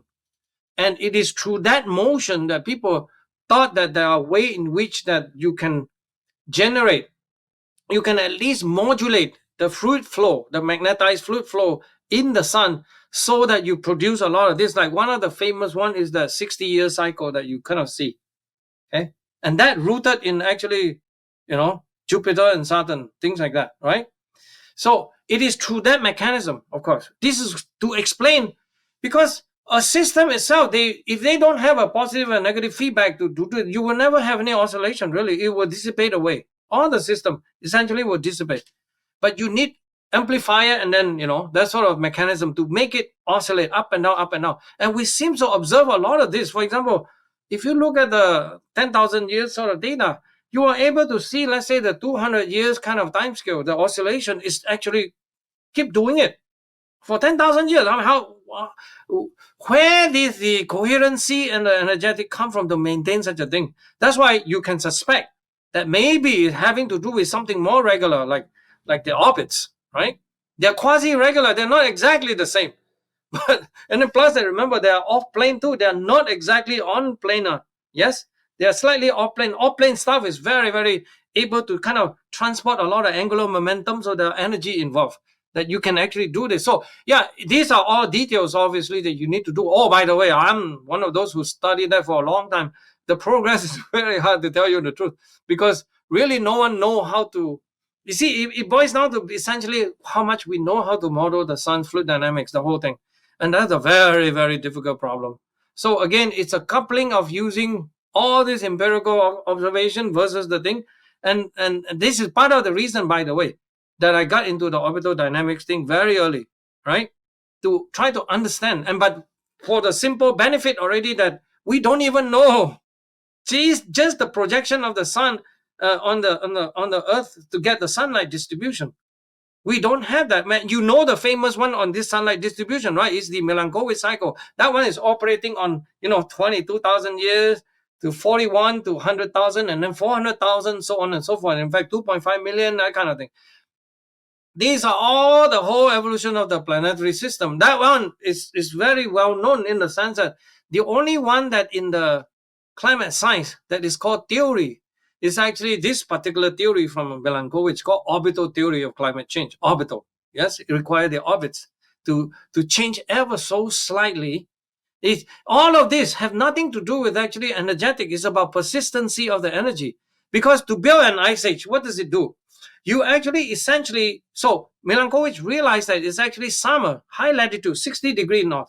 60 degree, if you look at map carefully, the only place that actually all connected by land, you look, there's no sea. Well, look carefully, okay? But it's through this modulation that the summer sunlight getting dimmer and dimmer and dimmer. So that every time your winter and your fall, you build up the ice, it don't melt away. So you build ice age. That's how you build, remember New York and all this, Boston, here, right here, Salem, 2 miles thick of ice. We can't live here. It's built up, but then it's through the gradual but persistent, of summer insulation getting weaker and weaker, you build up the ice age. And then, of course, same mechanism, build up of the stronger and stronger summer insulation that melt away the ice that you build up, okay, in the winter and the cold season. That's how you get this ice age that actually lasts for 90,000 years, and then when it melt in 10,000 years, that sort of thing. When you build it, it takes about 90,000 years, every 100,000 years or so. Milankovitch, of course, figured that out in a brilliant way, of course. When, instead of fighting in the war, he just go to a library in Hungary and places like that to do their work. So, yeah, that is actually the only thing that quantify as a theory. But even that, a lot of, if you're even more strict, I'm very strict, by the way, I don't think that's even the full story. So let's not confuse the audience, because it's just science is just endless questioning. Someday Milankovitch may be dethroned too, no one is for sure, because it's just very difficult. I'm working on a lot of this sort of problem, by the way. The problem is you have to have a very good integration of the orbital system over millions of years. And then we found out that the system is chaotic in 10 million years. So that's a problem, which means when it's chaotic, between the initial condition has to be so precise. You are the one that, you go to Colombia, so you understand a lot of this kind of problem, right? If you don't know your horizon future, your arrow is only 10 million years, crap, you got another problem to deal with. So that sort of thing, so it's just one thing after another. So before you ask any question, you need to know what is the right question to ask. It's just, in this area, by the way, it's very fascinating for me, because, and I can tell you that the field is set back 50 years at least by this kind of nonsense from the IPCC type. Most of the graduate student and all that, I can tell you it's embarrassing. To be serious, that none of them should get a PhD, because they just don't know what they're talking about. All they know is this stupid CO2, run a little computer. It's just, come on, you don't want a PhD like that, wasting time. Yeah, I know. There's no science in there. It's just bad math. It's really bad math and preset conclusions. The conclusions are there, and you need to run a bunch of numbers to arrive at the same conclusion. But for the audience, I'll just briefly describe what I mean by the Milankovitch cycles. So this is a Serbian geophysicist and astronomer called Milutin Milankovitch. And in the 1920s, he hypothesized that variations in Earth's eccentricity, orbital eccentricity, in other words, the eccentricity of the Earth's orbit, the shape of the Earth's orbit around the sun, the axial tilt, so the tilt of the Earth's axis, and the precession, which is the movement of the axis around around a circular movement. I think you should read the Wikipedia page because it's not very easy to describe it. But these are cycles that are well established. We know that the Earth goes through these cycles, and they are happening over periods of 40,000 years and 20,000 years and 400,000 years. And even though it's small variation, but I think what he shows is that you can see the relationship between these kind of variations and the temperature and the climate, because these things tend to have a significant impact. And just think about it. If the Earth is tilted a little bit more, the parts of the Earth that are going to get sunlight are going to be different, and therefore the absorption of heat from the sun is going to be very different. And in my mind, I just think, how much more fruitful would our climate science be if people weren't so blinded by this mania around CO2 and were instead considering these Milankovitch cycles and considering the issue of the sun and the radiation from the sun and the heat from the sun, and trying to understand how these things combine to influence our climate, and just how much more we'd understand it. So the last question that I have for you is, so we have all these different theories of what makes the climate. How strongly do you think these theories are able to predict future weather? And do you have strong opinions about the weather in the future? Because one thing for me that helped me break out of the climate hysteria is that these people are constantly saying this is going to happen, that's going to happen, the New York is going to be flooded, Miami is going to be underwater, the North Pole is going to melt by 2015 or whatever. And all these dates come and go, and none of the stuff happens, and the Earth is still the same. So according to your models of climate and your understanding of climate, how confidently can you make predictions? And if you can, what predictions can you give us? Okay. Well, prediction is always a very difficult thing, especially about the future. But we know, for example, that we are long overdue. Remember, the Earth has been coming out from Ice Age about 22,000 years ago. Then we've been warming up, right? Then we're in a Holocene phase. And typically, Holocene phase, we've been running about 11,000 to 10,000 years. It won't last that long.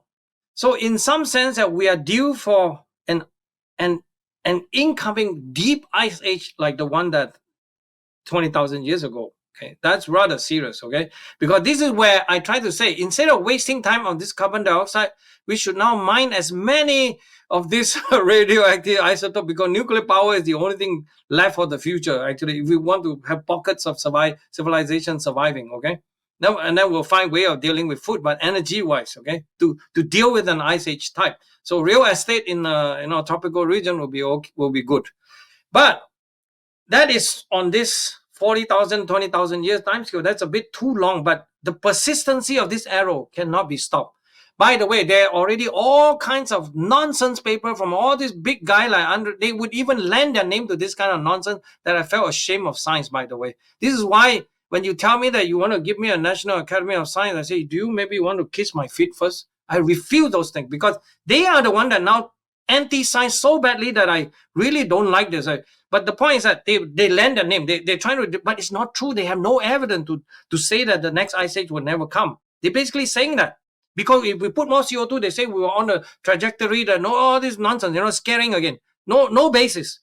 Then, on top of that, is the theory that I'm working on. It's on thousands of years, hundreds of years, and then that sort of thing. That fine details here. The fine details here that we have is that, by the way, of course, I never thought about not predicting. So we've done a lot of forecasting using AI, genetic, all kinds of things, machine learning to get to the future a little bit. So in some sense, my best forecast that we have is through forecasting. Well, orbits we already know. Okay, we see that in the next 50 to 60 years, that tends to have this tendency of decreasing summer insolation. And then we also know that the sun itself is possibly going to weaken.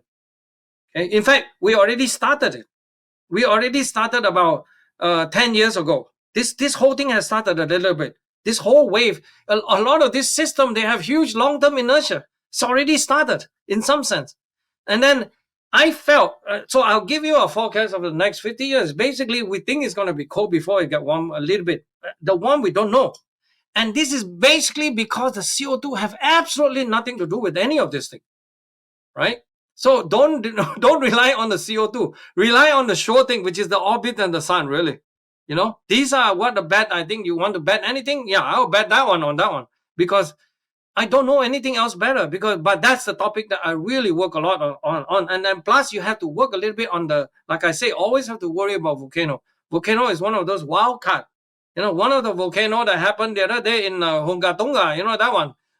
That one volcano in 2021, 2022 is the one that is already creating all kinds of crazy weather pattern, isn't it? So Volcano, you got to pay attention to, but Volcano is one of the hardest one. And volcanology, my apology to anybody who have any interest in apology, because they prostitute themselves to the IPCC God and all those things. They have turned their science into a joke, a mockery of everything, because they let them say that volcano has only cooling effects. They don't want to talk about anything else. The volcano all immediately turn into IPCC paradigm.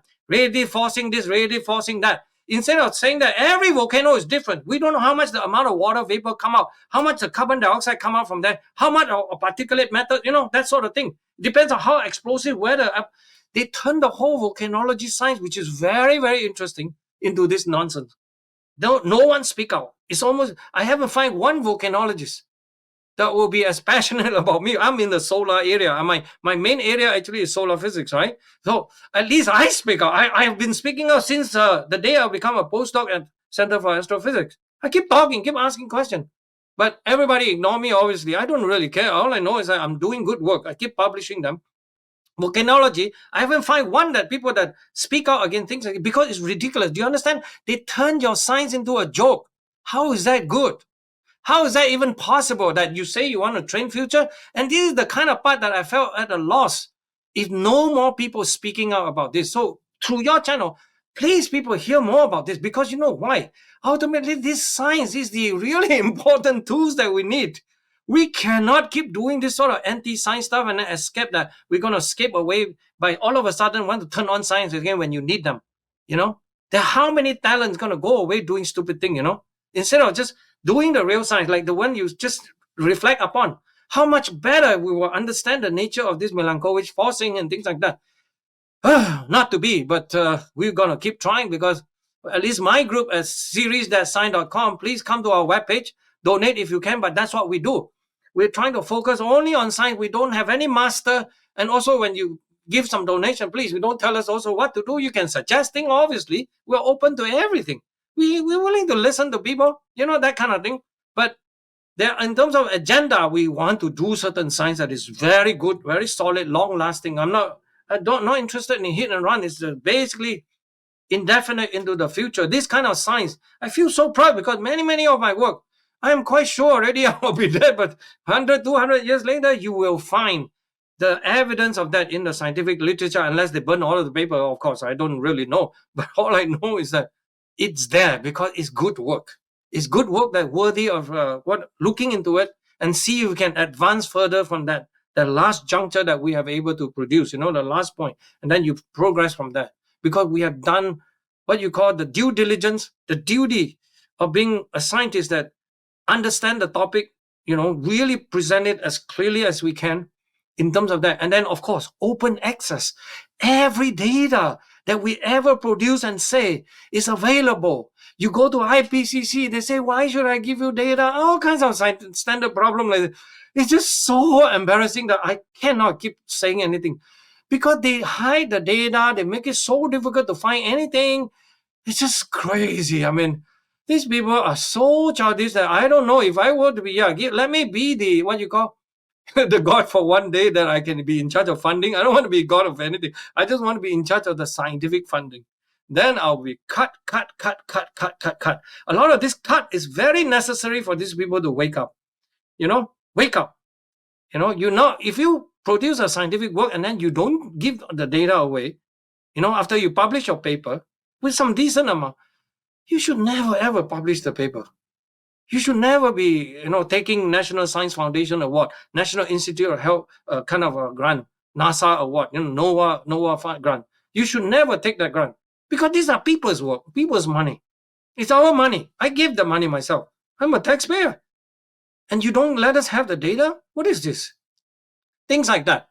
All right, on a positive note, thank you for the opportunity to spill my bean a little bit. And this has been a very pleasant thing. And I learned a few things about Bitcoin, which I'm going to pursue, of course, study a bit more. Yes? Excellent. Well, we have one of the attendees in the seminar has a question for you. Sure. You'd spoken before about the issue of ocean acidity and doing corals. And this is something that I also remember. There was a big hysteria about it. And I remember that they then found that the study's results don't replicate and that it doesn't make any sense. No, not only that, it's a completely made up too. Let me tell you why. I know the history. The story of ocean acidification, sorry, we had to use their wording, but I hate the word ocean acidification. Ocean is in the basic state. You could never acidify it, in that sense, right? It can be less alkaline. That's it. Maybe the word to use is less alkaline to be proper. But this thing started in really about 60s and 70s when Statoil, which is Norwegian oil, now they changed their name, by the way, the Norwegian big oil company. They're trying to pump carbon in the ground. And then of course, all the new things coming in environmental impact assessment. By the way, I don't mind those things. We should do some of that, right? We cannot just randomly want to pump a damn CO2 in there, right? You know what I mean? That cause explosion in Lake Tanganyika, that kind of thing, kill people. That's not good, right? So they worry. Then one of the empirical assessment is when the CO2 come out, what does it do? Where does it go? Well, first of all, if it's CO2 gas, it's going to try to really absorb into the system, going to participate in the biogeochemical cycle, right? So it's carbonate and bicarbonate cycle. But it's all a joke, by the way. The measurement is so difficult that the changes of the pH that they predict, even if you burn all the carbon dioxide, is no more than 0.2, 0.3 scale of pH scale. Okay, pH you all should know, right? It's 0 to 14. 7 is neutral. 0 to 7 is acidic. 7 to 14 is basic. But ocean is at about 8.5. Okay, and then there are many places in the ocean that is more acidic. Well, that's why I have a famous saying: if you want to worry about carbon dioxide, into the air from the human emission, and then go down into the ocean and cause the ocean to acidify and cause. Essentially, they show fake picture. Right, the fake picture of a thing inside a little jar, all the coral, all the fossil, one day it look good, and then 1 week it falls away. And do you know that kind of experiment is all fake? I actually caught that. I was so surprised. I didn't want to find it. And it turns out that, what they did? Those things are not CO2 experiment. It's not letting the CO2 going into the thing and bubble through the whole system. They actually put weak hydrochloric acid in the water. That is the truth. And then you got NOAA, this guy, Jane Lubchenco from Oregon State, become the administrator of the NOAA. They start to call, osteoporosis of the sea. They always love the language. It's all nonsense, all through that kind of experimentation. And then that's why when the real test of letting CO2 and then bubbling through the whole system, continuing in the system, there's an experiment done. But that kid now, keep quiet. He was at Woods Hole, and then he went somewhere, and then now he's at Northeastern.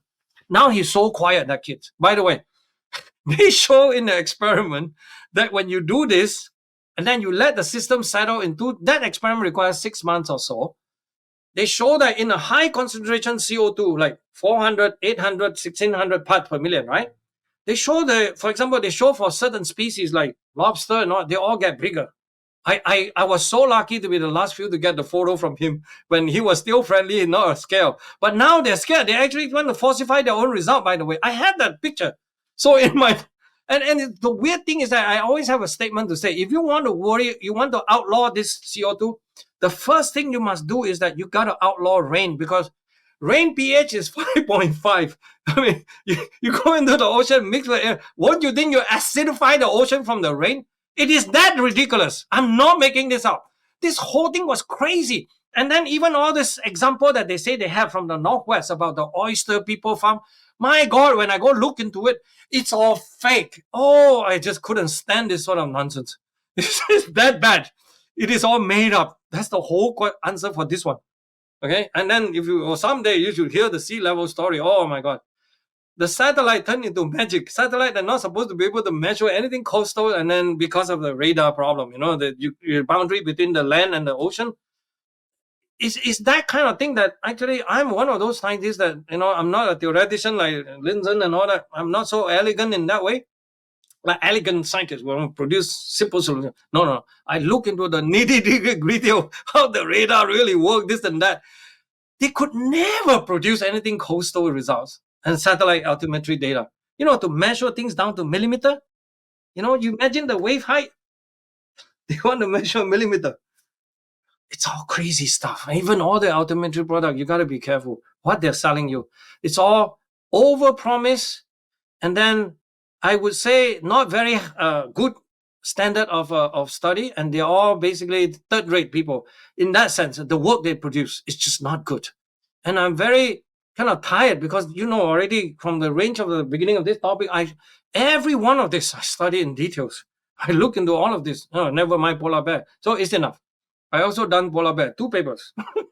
So look up Willie Soon, who really study a lot of things, please. And help us out if you guys can, because I think science have a problem because the funding structure and the funding agency is all corrupted. And then if you want free science, you got to start have this kind of really proper science and people that really, really care about science and do it without anybody telling us what to do, but really earnestly pursue it and then publish in the peer review places. I always go to the peer review, always publish the same thing. And even today, I can tell you, they beat us so many times. You know how painful for us to publish a paper?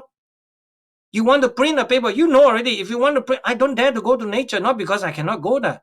It's $20,000 to pay for those paid charges. Who the heck gonna pay for that? I ain't got no money. Even the $2,000 is so painful. Now we just got one paper for $5,000. Where am I gonna find $5,000 to do this? It's ridiculous. Then those guys from the government agency, easy access. NASA, Goddard, Gates Institute, Professor Michael Mann, this and that. All the paper open access. Everybody read. For my paper, cannot because it's copyright. I cannot. I can send you my preprint. Then it's not a proper form. And those guys always beat us in that way because no one read our paper. But beginning people to gain our attention, like the paper that I just published on the Urban Hit, that was 65,000 downloads. So I'm happy that at least people are reading that. That's very rare because usually no 1,000 people download your paper. This is 65,000. So that's good. We are gaining some momentum. But I'm just telling you, as a free scientist, it's not easy. But the point is that we should start helping each other because if you want a true source of information, this is the only way to go because you cannot count on them. All our agency, NASA, NOAA, you go to all their webpage. I'm sorry, you cannot EPA. You cannot even read between 2 lines. It's all already somewhat, you see, it's so good at playing the game of what you call half-truth, half-lies. I mean, half-truth plus half-truth is not going to be one truth. It's actually absolute lie. It just doesn't amount to anything. It is that kind of thing bothers me to no end, and they keep doing it day in, day out. And I'm sorry, we don't have mechanism to stop them. We always think voting will help, but someday, who knows? All I know is that as a scientist, it's very, very hard for me in the sense because I really know in the sense that I know what I know. If I don't know, I'll tell you what I don't know. That's what the whole thing is. A lot of these people are not willing to admit they don't know anything. Some of them, they really literally don't know anything. And they're teaching your student, your kid and grandchildren. In that sense, another dilemma is that when you send your kid to college, pick a good college. Don't send them to all the big school. I would refuse my kid to go to Harvard and all that even. So anyway, sorry. Yeah. It's another rant, but I think my feeling is sincere that we have to keep doing the best thing. Truth is so important. Do not ever let anybody sway you from another, that you can get by doing a little bit. No, it's not going to work. You're going to have all kinds of problems. Yeah. I mean, there are plenty of examples to show those things. Anyway. Yeah, absolutely. Thank you so much. I agree with you on the academic publication industry. It is so corrupt, and I strongly urge people to just get out of it and stop playing that game because it's just so absolutely corrupt. I mean, the journals, running the journal costs practically nothing. All the editors work for free. They're all university professors who do it because they need it on their CV. And it's our intellectual property. Actually. Yeah, and they publish PDFs online that everybody downloads, so it's not that there's no cost of production. There's a graphic designer basically that gets paid $50 per article or something like that. More, exactly. and then they make And the all the author claims. have to pay if they want to make people read your paper, because I people know. when they click, they're not allowed to read. They already turn off. Nobody wants to do that. Anyway, yeah. Yeah, incidentally, the guy who really built the academic publication industry into what it is today is a man by the name of Robert Maxwell, who died about 20 years ago. And you may know of his daughter, who has been in the news a lot recently. Her name is Ghislaine Yeah, Maxwell. okay. So Wow. that's a little nice little breadcrumb we're going to leave the reader with. Read Yes. about Robert Maxwell and his contribution to academia and scientific research by inventing this horrific scam of a system that has served publishing companies at the expense of scientists and universities and students and learners and science and human knowledge over the last few decades. On that fascinating and interesting note, I want to thank you again, Dr. Soon. Thank you so much for all of your work. Thank you for joining us, and thank you for all of the information that you've given us. And I will tell everybody to go and check out your website. We're going to be posting the link on the show notes. Thank It you. is ceres-science.com, and Ceres is spelled CERES -science.com. Check out all the papers and the publications. And anything else you want to tell us about where to find you online? No, that's it. That's about all. I'm not on social. Are you on Twitter? No. You should get on Twitter. Twitter's good. You keep telling Linson to do that. Maybe I should be, but Linson, no, he's not gonna. Please, he's old timer, old school man. No. Anyway, I might, yeah, because I want to avoid all this attack. So, but we're making YouTube video, by the way. So we're trying to make YouTube. You have the block button on Twitter, so you can only engage with the people who add value. You don't have to answer anybody. Yeah, true. Very true. All right. Yeah. Have a good day. Thank you so much. Thank you, sir. Bye-bye. Cheers. Bye-bye.